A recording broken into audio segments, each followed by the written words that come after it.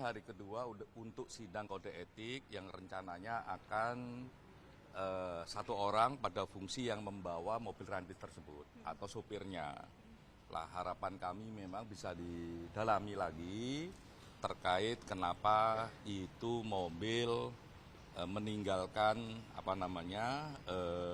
rombongannya, terus sampai pada titik peristiwanya kenapa tetap melaju dan kenapa terus sampai ke markas. Lah, itu semoga ini bisa terurai karena kemarin sudah terurai sebenarnya.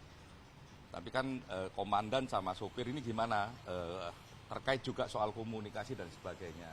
Sehingga ini tidak hanya bisa menghadirkan keadilan bagi keluarga korban, tapi juga bisa menghadirkan informasi seterang-terangnya. Peristiwa ini kita dudukkan kayak apa. Semoga juga membandingkan dengan video-video yang beredar. Karena itu kan penting untuk posisi sopir, ya kan? Apakah dia bisa melihat almarhum ataukah tidak? Nah, semoga ini nanti akan didalami.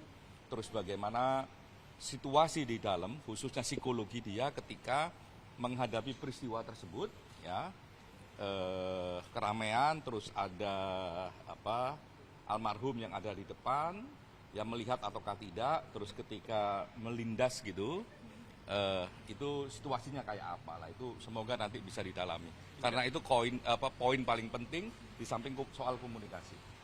Nanti juga didalami terkait alasan masih bergerak gitu.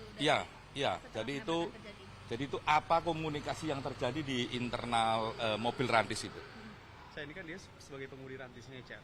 Kemudian dia juga memberikan kesaksian. Apakah ada yang janggal menurut Cak waktu kemarin sidang pertama, Cak, dari kesaksian sini?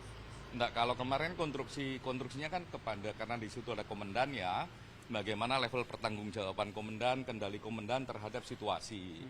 Nah, kalau ini kan sopir, bagaimana dia melihat situasi faktual yang ada di sekitar dia, soal massa, ya kan, soal psikologi dia, termasuk apakah dia melihat ataukah tidak almarhum ini dalam posisi almarhum kalau di video itu kan bukan berdiri, tapi kayak agak membungkuk gitu ya. Nah, apakah dia bisa melihat ataukah tidak tingginya tingginya rantis sama panjangnya moncongnya rantis, dan situasi seketika itu, terus kaca yang ada ram kacanya itu gimana posisi dia melihat ataukah tidak.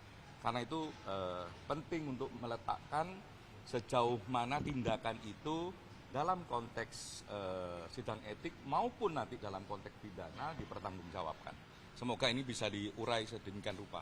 Hari ini ada info, Cak, siapa aja yang jadi saksikan? Kalau kemarin ke-6 brimob lainnya, kalau hari ini akan sama? Saya kira kurang lebih sama, semoga ada tambahan.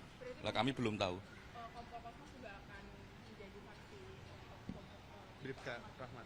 Kemungkinan, ya, kan itu kan masih satu rangkaian lah kalau 7-nya suruh ngomong gitu ya.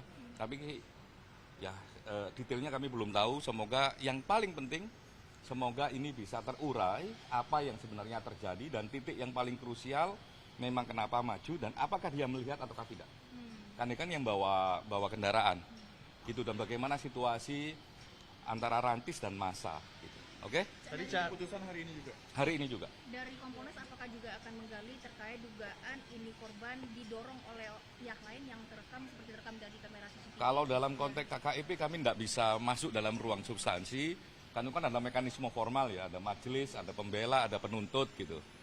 Dalam kesempatan lain memang kami sedang mendalami itu, tapi tidak dalam kerangka KKIP. Karena KKIP kami nggak bisa masuk. Dalam mendalami itu sudah mengantongi CCTV yang beredar dari Kompolnas sendiri? CCTV yang beredar dan CCTV yang tidak beredar. Eksternal yang hadir selain dari Kompolnas siapa aja? Belum tahu. Cak, yang dimaksud komandan dalam situasi itu tuh siapa sih? Kan ini kan statusnya komendal kemarin itu. Si Kosmas itu ya. Kan memang pangkatnya lebih tinggi dan jauh.